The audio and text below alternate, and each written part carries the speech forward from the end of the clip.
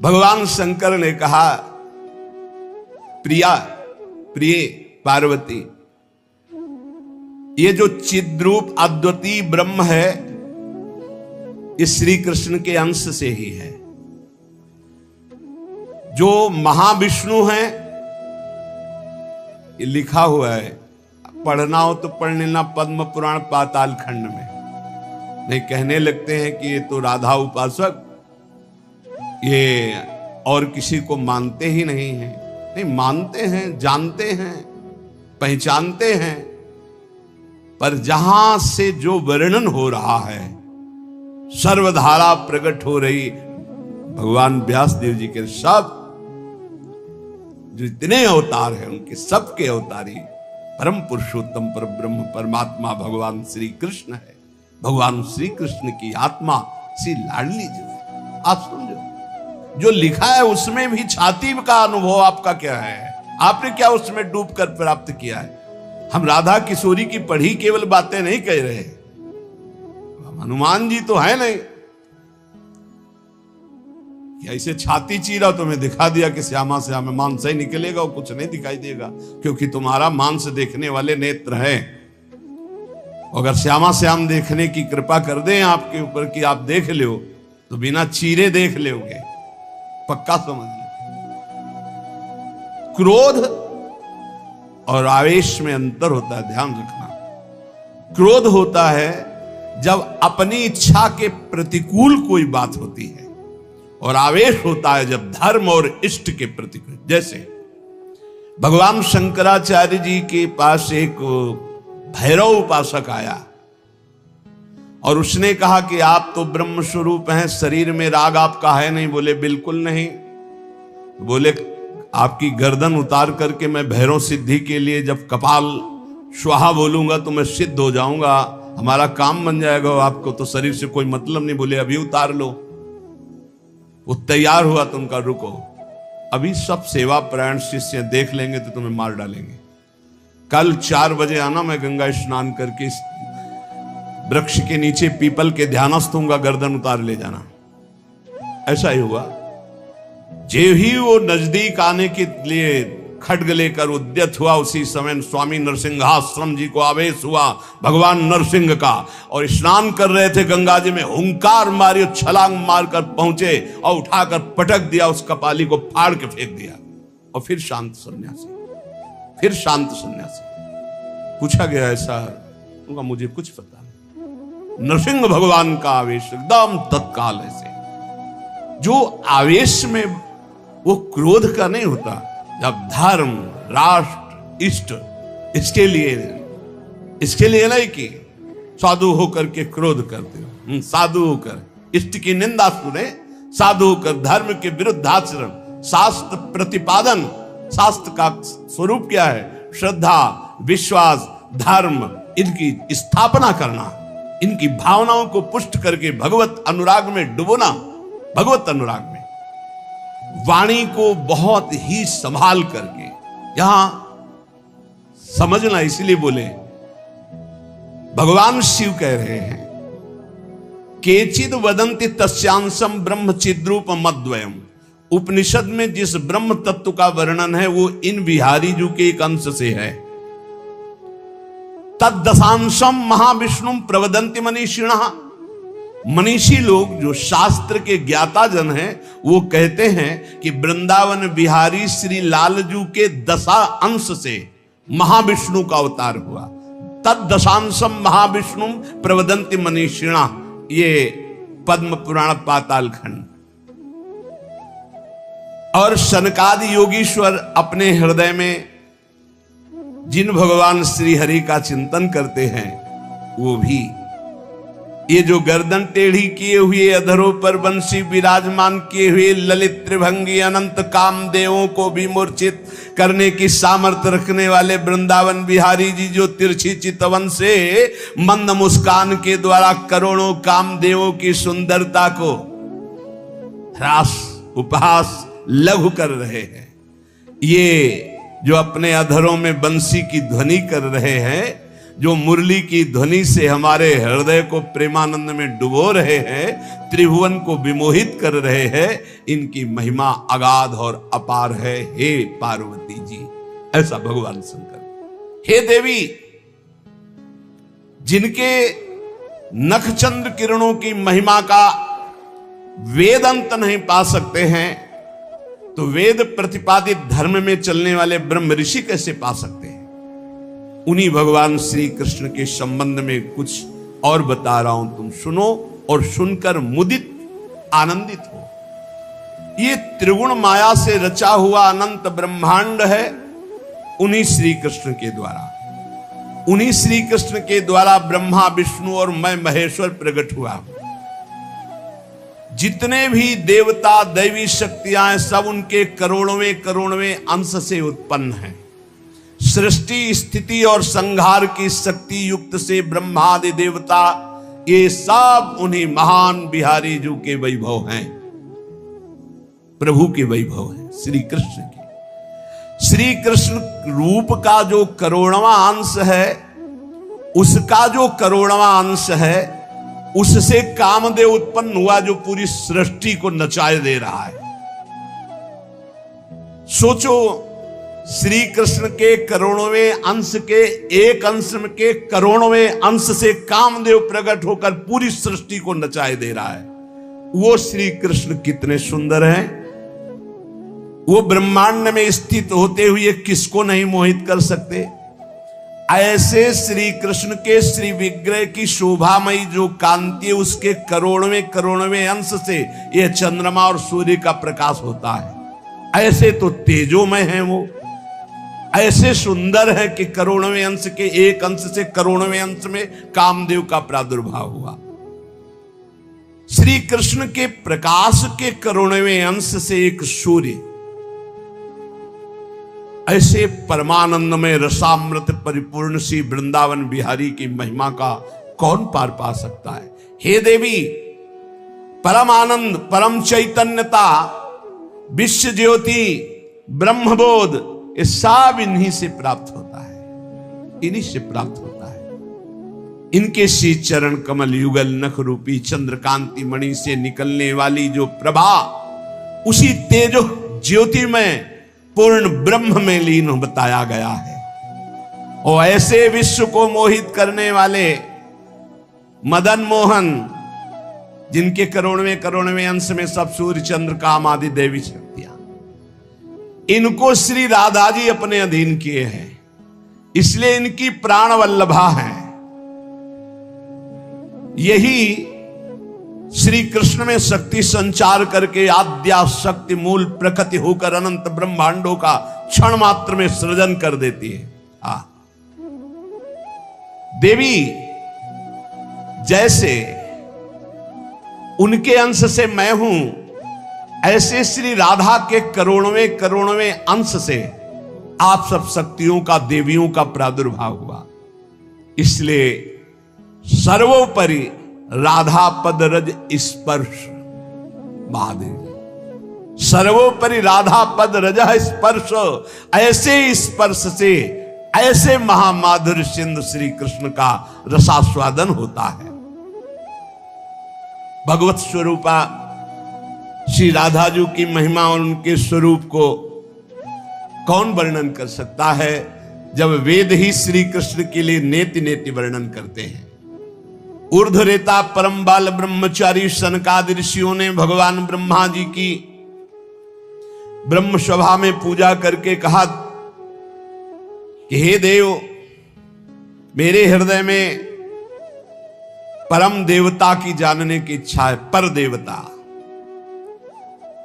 जिससे सब शक्तियों का प्रादुर्भाव होता है, सृष्टि का हेतु भूता जितना भी सामर्थ्य शक्तियां हैं, ये सब कहां से प्रकट होती, कौन है इनका प्रकट करने वाला? श्री उपनिषदों में राधिकोपनिषद, शनकादि के प्रश्न को सुनकर ब्रह्मा जी बोले, पुत्र वैसे तो ये बहुत गुह्य विषय है, गुप्त विषय है, अत्यंत गुप्त रहस्य भी अधिकारी के सामने बोल देना चाहिए, और तुम अधिकारी हो, क्योंकि निष्काम निर्विकार सच्चिदानंद स्थिति में हर समय स्थित रहते हो, पर तुम किसी और के सामने प्रकट मत करना। देखो हर जगह पहले शर्त रख ली गई, इसे गुप्त रखना। जो हृदय संशय शून्य, रसग्राही, गुरु भक्त, शास्त्र के अनुसार चलने वाला, निष्पाप, उस अधिकारी को परमदेव श्री कृष्ण का यश सुनाना। ऐश्वर्य, यश, श्री, धर्म, ज्ञान और वैराग्य, इन 6 ऐश्वर्यों से परिपूर्ण भगवान श्री कृष्ण की महिमा सुनाना। जो उस महिमा में रत है, फिर उसको गोप गोपियों का महारस सुनाना, ब्रज रस। जो उस रस में अभिषिक्त हो जाए, तब वृंदावनेश्वरी का रस, समझ रहे, तब वृंदावनेश्वरी का रस। अखिल ब्रह्मांडों के अधिपति, जिन्हें नारायण कहा गया है, ये हमारे प्रभु वृंदावनाधीश्वर के एक अंश से हैं। वे प्रकृति से भी प्राचीन और नित्य नवीन हैं। उनके आह्लाद का नाम है राधा। संधिनी, ज्ञान, इच्छा, क्रिया, ये बहुत सी शक्तियां हैं। ये आह्लाद अंतरंग भूता श्री राधा रूप में विराजमान है। श्री कृष्ण के द्वारा इनकी आराधना होती, इन्हें इसलिए इन्हें श्री राधा कहते हैं। श्री कृष्ण सदैव आराधना में तत्पर रहते हैं। श्री कृष्ण का सदा समाराधन करते हैं। ये गांधर्वा जितनी श्री कृष्ण पटरानियां द्वारिकाधीश के हैं, ये सब इनके अंश से प्रकट हुई है। श्री राधा और रस सागर श्री लालजू, ये एक प्राण, एक मन, 2 तन, एक रुचि, एक स्वभाव, एक वय, लीला के लिए 2 बने हुए हैं। ये मैं बहुत गुप्त बात बता रहा हूं। ये जन साधारण को, मूर्तम और महामूर्खों को कभी भी इसका श्रवण मत कराना। जो राधा किशोरी के इन 28 नामों का जप कर ले, तो विश्व की कोई भी ऐसी कामना नहीं जो पूर्ण ना हो जाए। अनुभूत विषय आज का नहीं, ये वृंदावन आने के पहले का है। क्योंकि पूज्य भाई जी श्री हनुमान प्रसाद पोद्दार जी के आदर्श में हम चल रहे थे, उनको जैसा वो निर्देश कर रहे। ये 28 नाम जिह्वा पे नाचते रहते थे। प्रारंभ में जो हितधाम से जुड़े होंगे उनको पता होगा, 28 नाम कभी कभी हम उच्चारण कर देते थे। ये राधा किशोरी जी के 28 नाम श्री राधिकोपनिषद में ब्रह्मा जी सनकादि को उपदेश कर रहे हैं। परिणाम फलस्तुति में लिखा है, भुक्ति मुक्ति प्रदा। भोग चाहिए तो भोग मिल जाएगा, मोक्ष चाहिए तो मोक्ष। और भवव्याधि विनाशिनीम, आवागमन चक्र से मुक्ति हो जाएगी। और हर व्याधि विनाशिनीम, इस संसार चक्र में जितने रोग हैं सबको शासन में रखने के लिए ये नाम पर्याप्त है। तुम्हारे ऊपर इनका प्रभाव नहीं पड़ पाएगा। ये 28 नामों का जो पाठ करता है वो जीवन मुक्त महापुरुष हो जाता है। भगवान ब्रह्मा जी ने उपदेश किया शनकादि को। राधा, राशेश्वरी, रम्या, कृष्ण मंत्राधिदेवता, सर्वाद्या, सर्ववंद्या, वृंदावन बिहारिणी, वृंदाराध्या, रमा, अशेष गोपी मंडल पूजिता, सत्या, सत्यपरा, सत्यभामा, श्री कृष्ण वल्लभा, वृषभानुसुता, गोपी, मूल प्रकृति, ईश्वरी, गांधर्वा, राधिका, आरम्या, रुक्मिणी, परमेश्वरी, परात्पर, पूर्णा, पूर्णचंद्र निभानना और भुक्ति मुक्ति प्रदा, भवव्याधि विनाशिनी। 28 नाम मात्र जपने से समस्त कामनाओं की पूर्ति। ये तो हम आह्लाद का वर्णन कर रहे हैं। इनकी एक संधिनी शक्ति है जो भूषण, सैया, आसन, सेवा की सामग्री सब रूप धारण करती है। धाम, कुंज, निकुंज, जब हमारे प्रभु मर्तलोक में अवतार धारण करते हैं तो अवतार की पूरी व्यवस्था, भूमि की व्यवस्था हो, सच्चिदानंद भूमि, माता पिता परिकर, यही सब संधिनी शक्ति तैयार करती है। अवतार की कारणभूता ये संधिनी शक्ति है, ये क्षेत्रज्ञ शक्ति है, इनकी इच्छा शक्ति के अंतर्गत माया शक्ति है।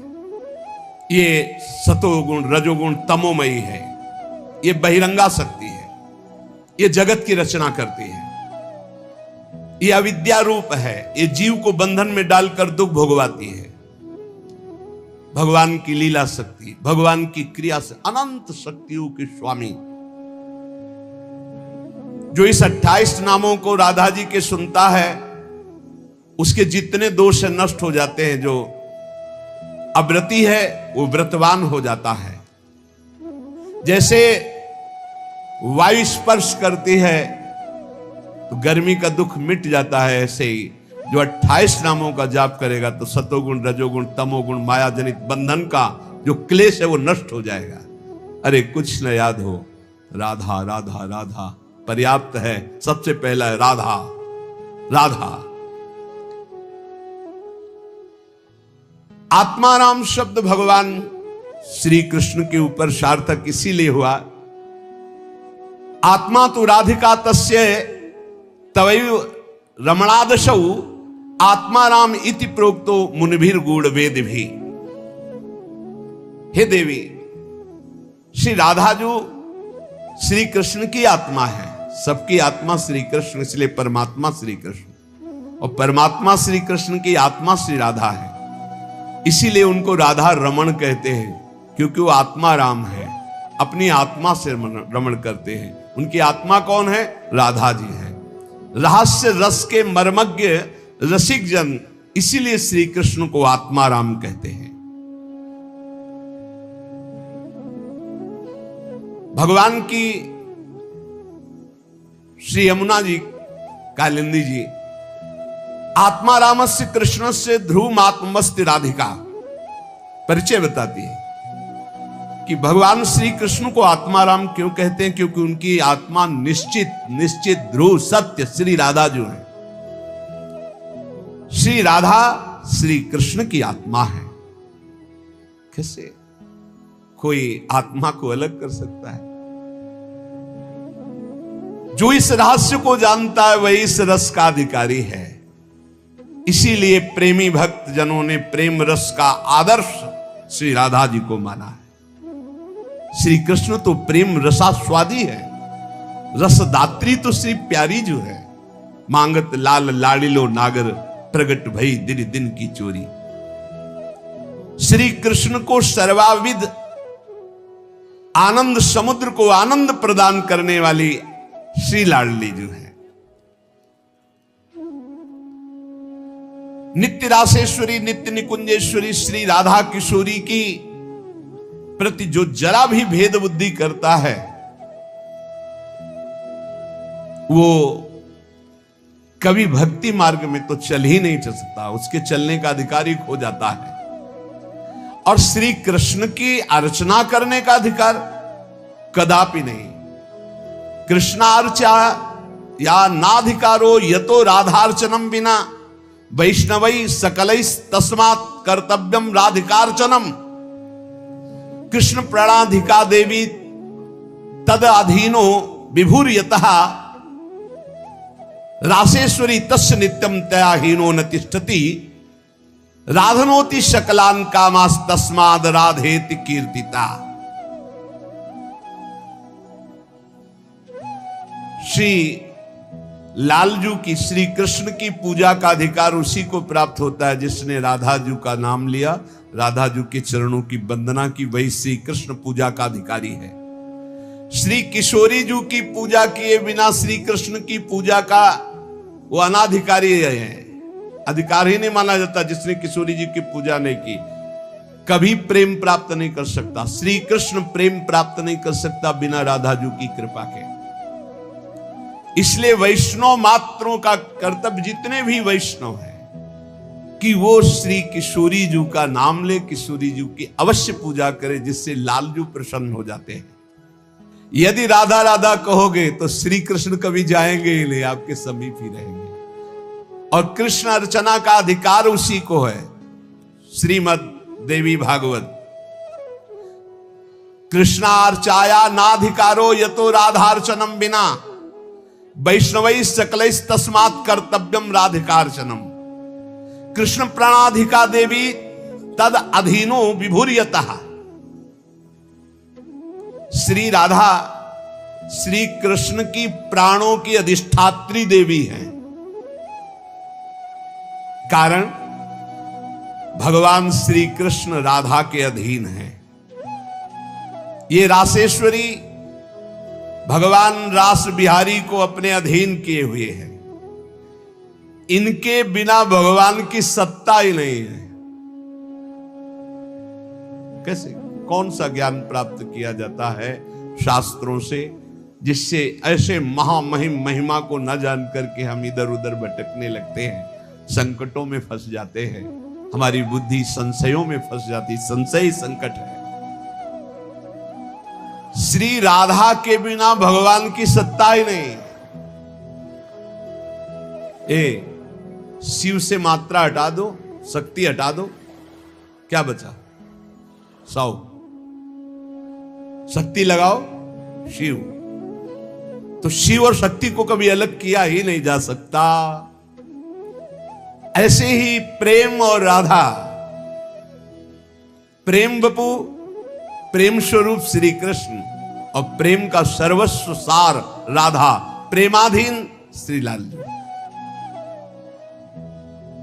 राधा के बिना श्री कृष्ण की सत्ता ही नहीं। मैं राधा के बिना भगवान के बिना शक्तिहीन। संपूर्ण कामनाओं की सिद्धि श्री कृष्ण आराधकों की भी राधा जी से ही पूर्ण होती है।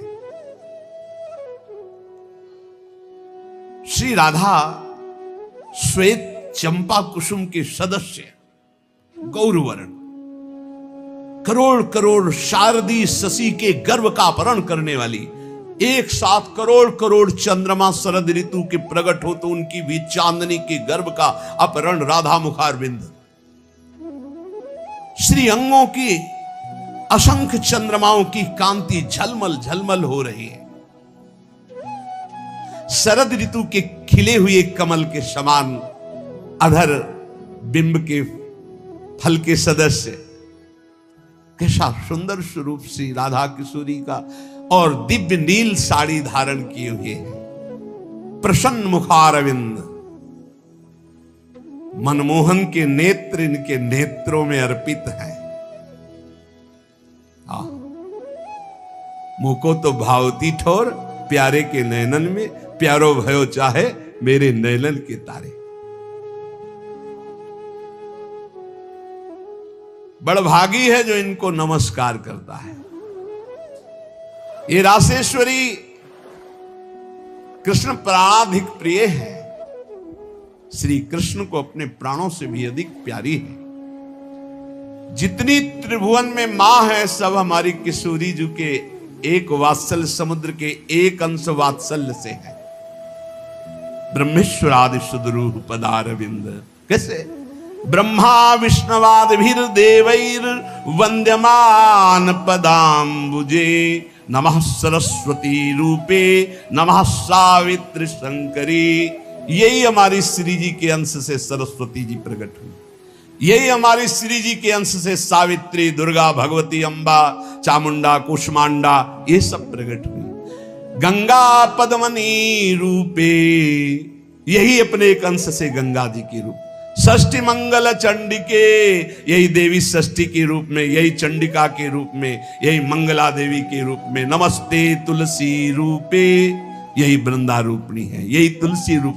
नमो लक्ष्मी स्वरूपिणी, इन्हीं के अंश से लक्ष्मी प्रकट। नमो दुर्गे भगवती, यही दुर्गा स्वरूप। नमस्ते सर्वरूपिणी, यही सब माताओं के रूप में है।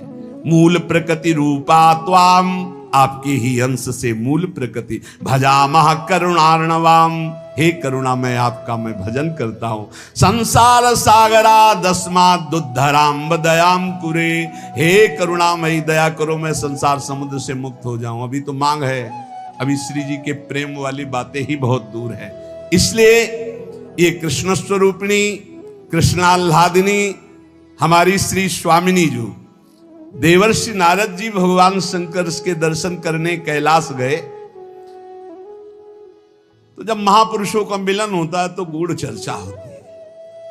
भगवान शिव ने नारद जी से कहा क्या सुनना चाहते हो? बोले प्रभु आज जो जिस आनंद में आप मगन हो सुनाओ। भगवान शिव ने कहा हम तुम्हें राधा जस सुनाते हैं आज। भगवान शिव कह रहे हैं जैसे ब्रह्म स्वरूप श्री कृष्ण प्रकृति से परम अतीत है, ऐसे ही ब्रह्म स्वरूपा निर्लिप्ता प्रकृति से अतीत ये श्री राधा है। नारद जब समय समय पर भगवान अवतार लेते हैं तो उनके साथ उन्हीं के अंश से ये राधा किशोरी अवतार लेती है। हरि नित्य है, सत्य स्वरूपा है, तो ये परमात्मा की पला देवी ये राधा है। ये रासेश्वरी, ये रम्या, ये रामा, ये कृष्ण कामिनी, रासोद्भवा, कृष्ण कांता, कृष्ण वक्षास स्थल स्थिता, कृष्ण प्राणाधि देवी, और इन्हीं से महाविष्णु का प्रादुर्भाव होता है। ये महाविष्णु की भी जननी है। सर्वाद्या विष्णु माया च सत्या नित्या सनातनी, ब्रह्मस्वरूपा परमा निर्लिप्ता निर्गुणा परा। ये ब्रह्म स्वरूप है, परम निर्लिप्त है, निर्लेप है। कोई भी प्राकृत गुण इनका स्पर्श नहीं कर सकता। ये परा है, ये वेदातीत तत्व है। नारद अंतरंगैस्तथा नित्य भूतैस्तैश्चिदादि भी गोपना दुच्यते गोपी राधिका कृष्ण वल्लभा। ये श्री कृष्ण प्रिया राधा अपनी चैतन्यता से ही सबको चैतन्यता प्रदान कर रही है। जितनी शक्ति है जिसमें भी, जितनी जहां तक, वो सब इन्हीं से प्रकट है। और ये सबसे बिलग भी अत्यंत रहस्य है, गोपनीय है। इसीलिए इनका शास्त्रों में एक नाम गोपी कहा गया है। गोपना दुच्यते गोपी राधिका कृष्ण वल्लभा। ये जो कृष्ण वल्लभा श्री राधा है, इनको गोपी कहा गया। क्यों? बोले गोपना दुच्यते, ये बड़ी रहस्यमयी है, ये बड़ी गोपन वस्तु है। श्री कृष्ण आराधना में जब कोई तन्मय होता है तब कृपा करके ये इस गोपन को खोलते, तब उसके हृदय में रहस्य जागृत होता है। ये श्री कृष्णमयी परा देवता है। देवी कृष्णमयी प्रोक्ता राधिका पर देवता, सर्वलक्ष्मी स्वरूपा सा कृष्णाल्हाद स्वरूपिणी, तथा सा प्रोच्यते विप्र हरादिनीति मनीषि भी, तत्कला कोटि कोट्यंसा दुर्गाद्या त्रिगुणात्मिका। सातु साक्षान् महालक्ष्मी कृष्णो नारायण प्रभु, नैतयोर विद्यते भेदा स्वल्पोपि मुनि सत्तमो। इयम दुर्गा हरिरुद्रः कृष्णः शक्र इयम सची, सावित्री इयम हरिर्ब्रह्मा धूमोर्णासौ यमो हरि। बहुना किम मुनि श्रेष्ठ बिना ताभ्याम न किंचन, चिद चिद लक्षणम सर्वम राधा कृष्णमयम जगत। इत्थम सर्वम तयोरेवो विभूतिम विद्य नारद, ना शक्यते मया वक्तुम वर्ष कोटि शतैरपि। हे नारद जी, ये श्री कृष्णमयी श्री राधा परा देवता हैं। संपूर्ण लक्ष्मी इन्हीं के अंश से प्रकट है। ये श्री कृष्ण का मूर्तिमान आह्लाद है। मनीषी जन इन्हें आह्लादिनी कहते हैं। ये जो दुर्गादि शक्तियां हैं, तत्कला कोटि कोट्यंसा, दुर्गाद्यस त्रिगुणात्मिका। श्री राधा किशोरी के करोड़वें अंश के भी करोड़वें अंश से इनकी जितनी शक्तियां। ये कौन बोल रहा है? भगवान शिव बोल रहे हैं। किससे?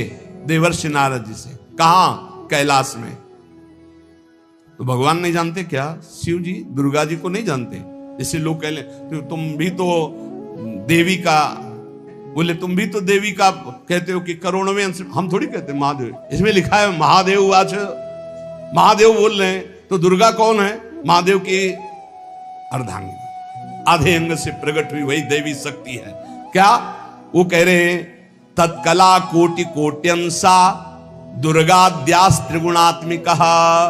दुर्गादि जितनी त्रिगुणात्मिका शक्ति है, तत्कला कोटि कोट्यंसा, करोड़वें अंश के करोड़वें अंश से हैं। सातु साक्षान महालक्ष्मी कृष्णो नारायण प्रभु। श्री राधा के अंश से महालक्ष्मी और श्री कृष्ण के अंश से नारायण। मुनि श्रेष्ठ, थोड़ा भी भेद मत समझना हमारी बात में। श्री राधा के ही अंश से दुर्गा है, तो श्री कृष्ण के अंश से मैं रुद्र हूं।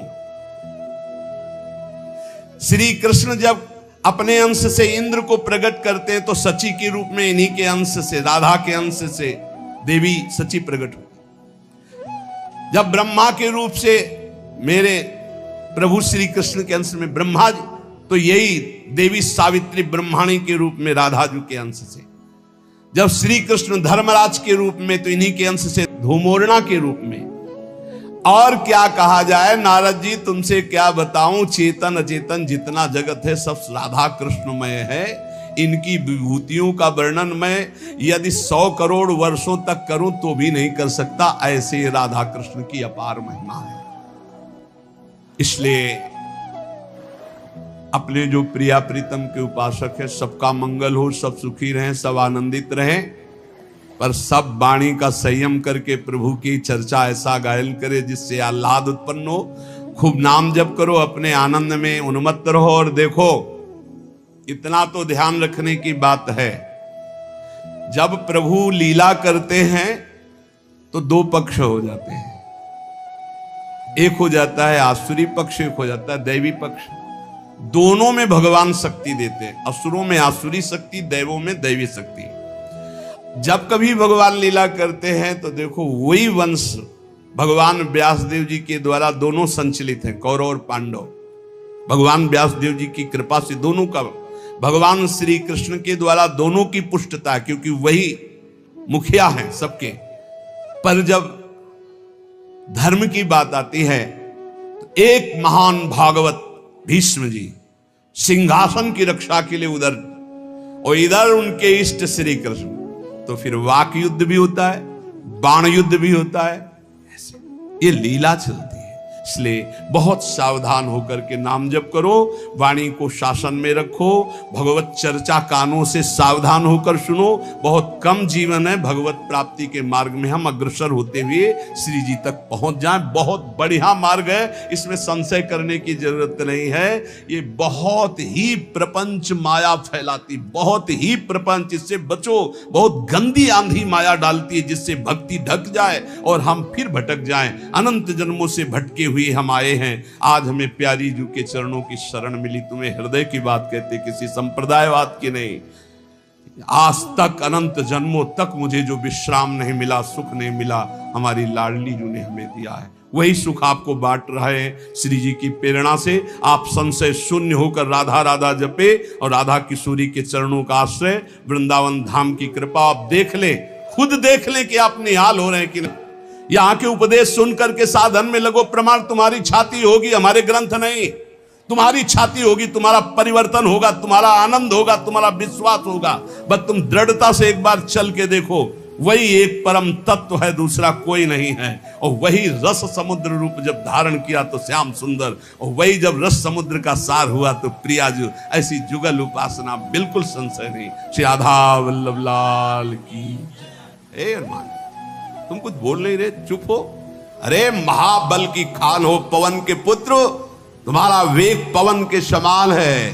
तुम बुद्धि ज्ञान वैराग भक्ति सबके समुद्र हो, फिर चुप कैसे खड़े हो? तो हनुमान जी को शाप था किसी ऋषि का, बचपन में खेल खेल में बड़ा, तो फिर उन्होंने कहा था तुम जब तक तुम्हारे बल का कोई स्मरण नहीं करेगा तब तक तुम्हें स्मृति नहीं। जे का चुप साधिरा, हनुमान जी को जैसे कोई सोते हुए जगा दे। कौन सा ऐसा कार्य है हनुमंत जो तुम कर नहीं सकते हो। भगवान की सेवा के लिए तो तुम्हारा अवतार हुआ है, क्या चुपचाप खड़े। सुनते ही हनुमान जी का विशाल शरीर बढ़ने लगा।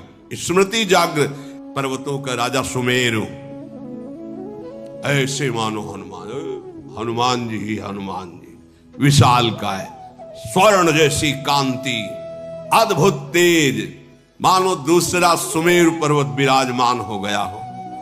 क्या करूं? जांबवान से पूछो, क्या करूं? पी जाओ, नांग जाओ, क्या करूं? आदेश करो, क्या करो? महान बलशाली हनुमान जी। इशारा हो, अगर आप लोगों की सलाह हो तो पूरा लंका उखाड़ के ले आओ राम जी के पास। मजाक नहीं, ऐसे ही है महाराज। कह रहे पूरा त्रिकूट पर्वत में एक लंका बसी है, हम त्रिकूटे पर्वत उखाड़ के ले आवे राम जी के पास धर दे कि ये सीता जी है। क्या करूं?